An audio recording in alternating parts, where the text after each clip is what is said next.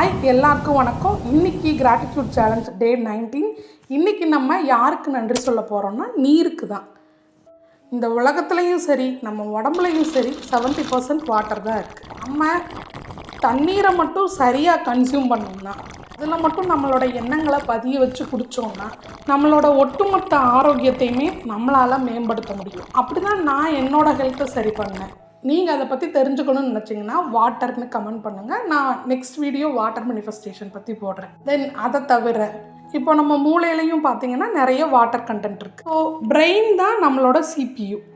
ஒரு கம்ப்யூட்டருக்கு எப்படி CPU இருக்கோ அதே மாதிரி தான். இப்போது நம்ம சரியாக தண்ணி குடிக்காதப்போ என்ன ஆகும்னா ஃபஸ்ட்டு நமக்கு தலை வலிக்கும்.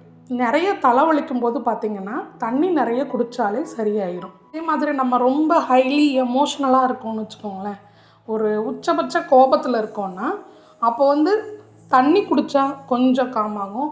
இல்லை அட்லீஸ்ட் குளிச்சிட்டோன்னா நமக்கு அந்த டென்ஷன் கொஞ்சம் குறைஞ்சிரும். அதே மாதிரி நம்ம ரொம்ப அழுதுட்டு இருந்தோம்னா அப்போவும் எல்லோரும் தண்ணி கொடுங்கன்னு தான் சொல்லுவாங்க. ஸோ இந்த பிரபஞ்சத்தில் இருக்க ரொம்ப பழமையாக தோன்றின ஒரு ஆற்றல் வாட்டர். அதை நம்ம சரியாக பயன்படுத்துறதுனால நம்மளால் நிறைய பிரச்சனைகளை சரி பண்ண முடியும். உங்களுக்கு நான் ஒரு எக்ஸாம்பிள் சொல்கிறேன் பாருங்களேன். இப்போ என்னென்னா, இப்போ நம்ம ஒரு குழம்பு வைக்கிறோம், புளிக்குழம்பே வைக்கிறோம்னு வச்சுக்கோமே. அப்போ ஃபஸ்ட்டு அது ரொம்ப தண்ணியாக இருக்கும். பட் நம்ம ரொம்ப ஹீட் பண்ண கெட்டியாகிரும் இல்லையா? அதே மாதிரி தான் நம்ம உடம்புல ப்ளட் சர்க்குலேஷன் ரொம்ப ஸ்மூத்தாக தான் போயிட்டுருக்கும். பட் எப்போ நம்ம டென்ஷன் ஆகுறோமோ அப்போ என்னன்னு பார்த்திங்கன்னா நம்ம ரத்தம் சூடாகிரும். அப்போ சூடானால் என்னாகும்? அதுதான் கொதிக்கும். அதனால தான் அதுக்கு பேர் ரத்த கொதிப்பு. நீங்கள் இங்கிலீஷில் தான் ப்ளட் ப்ரெஷர்னு சொல்லுவாங்க, பட் தமிழில் அதுக்கு பேர் ரத்த கொதிப்பு. நான் என்ன சொல்கிறேன்னு புரியுதுங்களா? நம்மளோட ப்ளட்டு நம்ம நிறைய கோவப்படும் போது கொதிநிலைக்கு போயிடுது. அப்போ கொதிநிலைக்கு போயிடுச்சுன்னா அது என்ன ஆகிரும்? ரொம்ப கெட்டியாகிரும். அப்போ கெட்டியானதுக்கப்புறம் என்ன ஆகும்? அதை நம்மளோட இதயத்தினால சரியாக சர்க்குலேட் பண்ண முடியாது. இதை தான் ப்ரெஷர்னு சொல்கிறாங்க. அதுதான் ப்ளட் ப்ரெஷர், ரத்த அழுத்தம். ஏன்னா உங்களுக்கு அந்த நீரோட தன்மை மாறுதுன்னா அழுத்தம் உருவாக தானே செய்யும், சரிங்களா? சரி, அப்போ இதை சரி பண்ணுறதுக்கு என்ன டாக்டர்ஸ் மெடிசின்ஸ் கொடுக்குறாங்கன்னா, நம்ம சாப்பிட்ற டேப்லெட்டு நம்ம ப்ளட்டை டைலூட் பண்ணும், அதுதான் பண்ணும். இப்போ நம்ம அதை தண்ணி குடிக்கலாமா? ஸோ நமக்கு ரொம்ப பிரச்சனையாக இருக்குதுங்கிறப்போ என்னென்னா கண்டிப்பாக டேப்லெட் எடுத்துக்கணும்.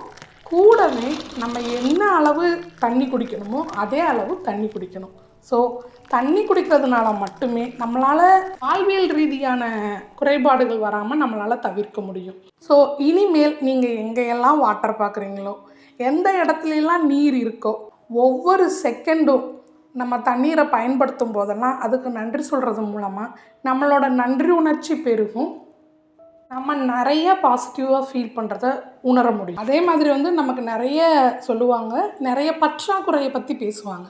பட் உண்மையிலேயே பார்த்திங்கன்னா நம்மளுக்கு பெய்கிற மழையோட அளவை கம்பேர் பண்ணும்போது நம்மக்கிட்ட அந்த நீர் மேலாண்மை தான் கொஞ்சம் சரியில்லாமல் இருக்குது. நமக்கு கிடைக்கிற மழை நீரை சரியாக பயன்படுத்தினாலே நம்மளுக்கு தேவையான அளவு தண்ணியெல்லாம் நமக்கு இருக்க தான் செய்யும். இந்த வீடியோ உங்களுக்கு பிடிச்சிருந்தால் லைக் பண்ணுங்கள், கமெண்ட் பண்ணுங்கள். அப்புறம் உங்களுக்கு யார் மேல் ரொம்ப அக்கறை இருக்கோ அவங்களுக்கு இந்த வீடியோவை ஷேர் பண்ணுங்கள். அவங்கள முடிஞ்சளவு ஹைட்ரேட்டடாக இருக்க சொல்லுங்கள். தேங்க்ஸ் ஃபார் வாட்சிங்.